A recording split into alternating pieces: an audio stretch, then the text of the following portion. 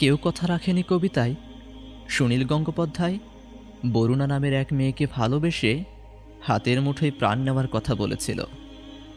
শুধু কি তাই, ভালোবেসে সুনীল দুরন্ত ষাঁড়ের চোখে বেঁধেছিল লাল কাপড়, আর বিশ্ব সংসার তন্ন তন্ন করে খুঁজে এনেছিল 108টা নীলপদ্ম।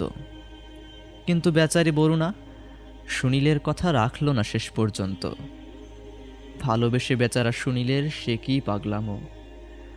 কিন্তু আমি ভাবি, আজ থেকে 1400 বছর আগে যে মানুষটা আমাকে হৃদয় উজাড় করে ভালোবেসে গেলেন, যিনি মহান রবের দরবারে প্রতিটা সালাতের পরে আমার পাপ মুক্তির জন্য ফরিয়াদ করে গেলেন, যিনি আমার কথা ভেবে গেলেন আমার অস্তিত্বেরও বহু শতাব্দী আগে, সেই মানুষটার ভালোবাসার কি প্রতিদান আমি দিচ্ছি? আমার কথায়, আমার চলনে বলনে, আমার জীবন আচারে আছে কি তার ভালোবাসার প্রতিদানের কোনো ছাপ? আমার একবার মনে হলো, আজ যদি নবীজি সাল্লাল্লাহু আলাইহি ওয়াসাল্লাম আমার উঠোনে এসে দাঁড়ান, আমার ঘর থেকে ভেসে আসা গানের সুর কি তাকে বেদনাহত করবে না? সালাতের সময়ে আমাকে হাসি আড্ডায় মেতে থাকতে দেখে, কাজে কর্মে বিফোর থাকতে দেখে, টিভি সোশ্যাল মিডিয়ায় বুথ থাকতে দেখে তিনি কি কষ্ট পাবেন না?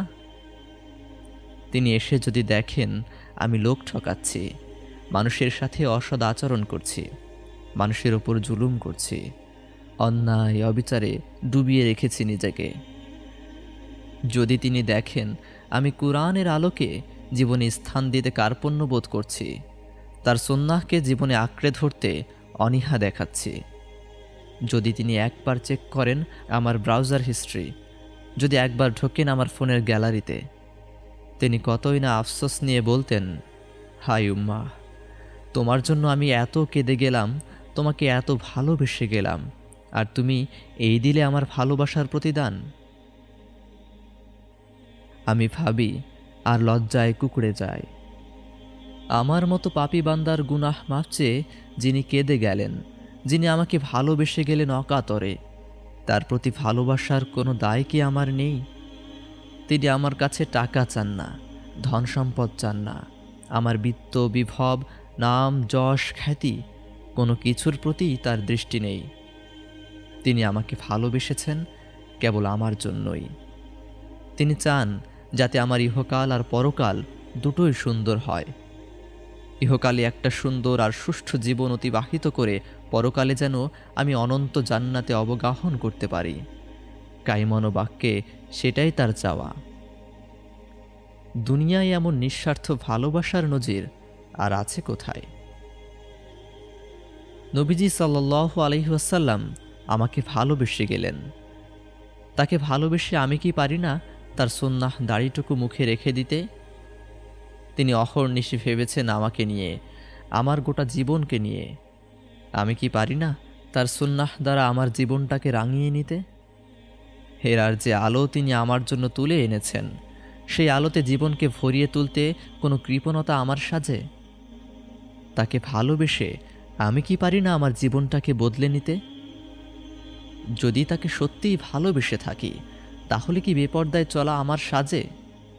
আমার সাজে মিথ্যা বলে মানুষ ঠকানো, নন মাহরামদের সাথে দিব্যি ঘুরে বেড়ানো, সম্পর্ক পাতানো, গান নাটক মুভিতে বুঁদ হয়ে থাকা?